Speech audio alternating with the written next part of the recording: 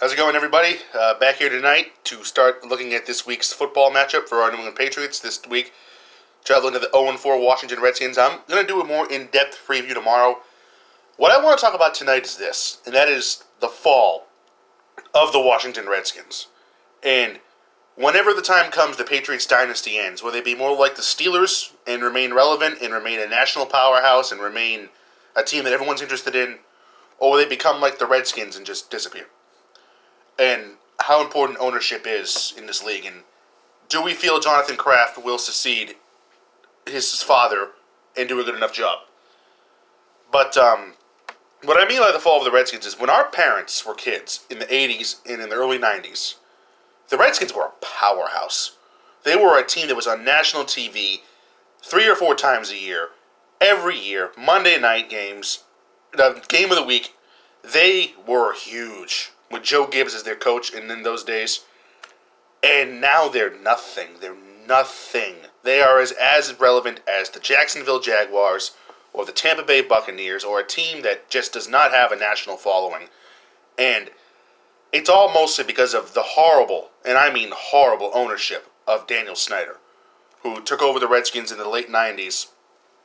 And I mean, just the list of the things that he has done to run that team into the ground. And another topic I want to get to is how many teams are infallible. Like, no matter how bad they get in sports, not just football, in sports, no matter how bad they get, will they still be a national powerhouse? But on the stuff that Daniel Snyder's done, here's just a small list of it. He was the first owner to charge fees for training camp to park and attend. Also, he bought beer from the World Cup in 2014 in Brazil, bought the beer from that was unused at the World Cup stadiums in 2014, and sold it in his stadium after the expiration date, which is illegal.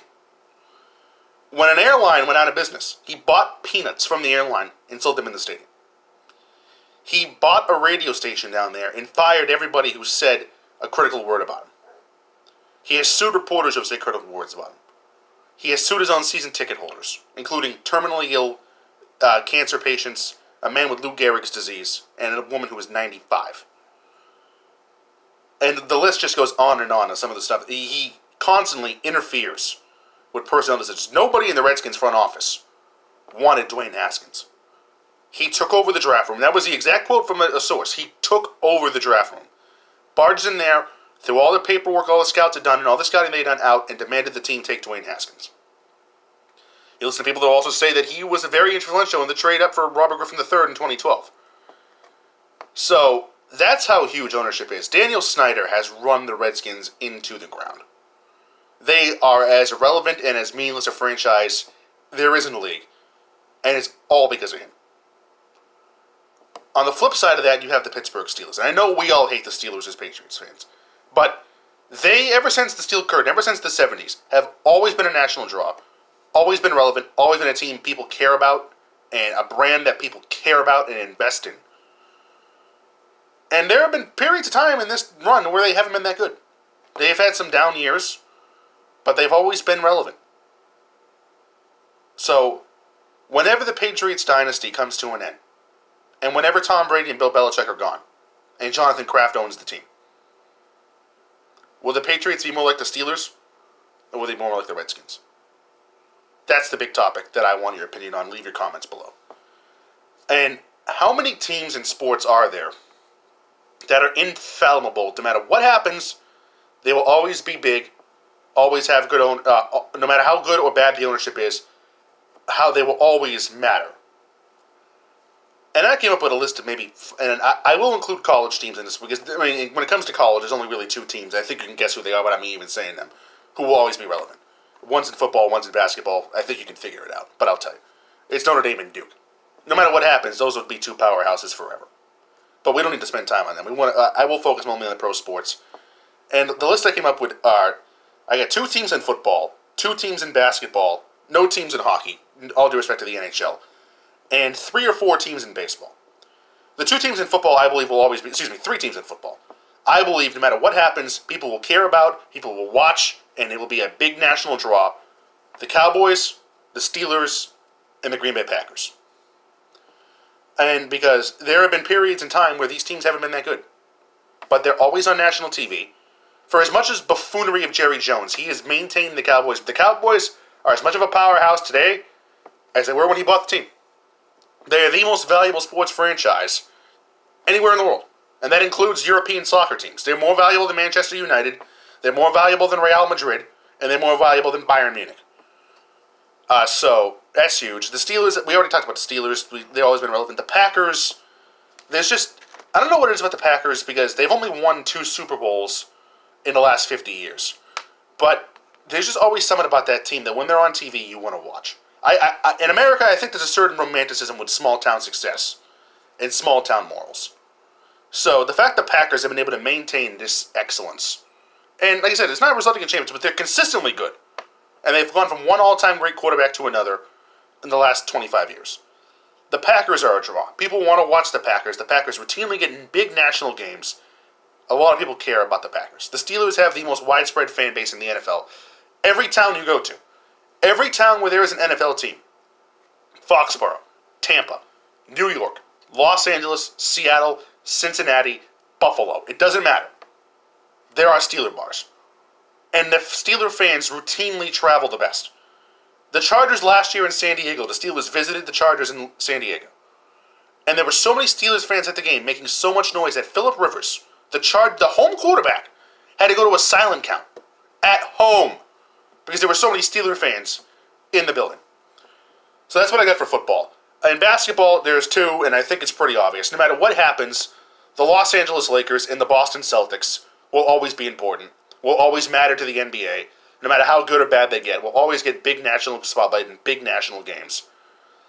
I don't know if there's really, maybe the Knicks, as much as the Knicks suck and have sucked really almost their entire existence, and that's not hyperbole, maybe they're on that list too because they always get games like Christmas. They always seem to be a team people care about. But the Lakers and Celtics are in a class of their own. They are the hierarchy of the NBA. They've combined for 35 titles. Yeah, 33 titles. Couldn't find it on my paperwork over here. They are just remarkable. And they have 2 massive fan bases that are worldwide. You can go across the seas anywhere, and you will find Lakers fans, you will find Celtics fans.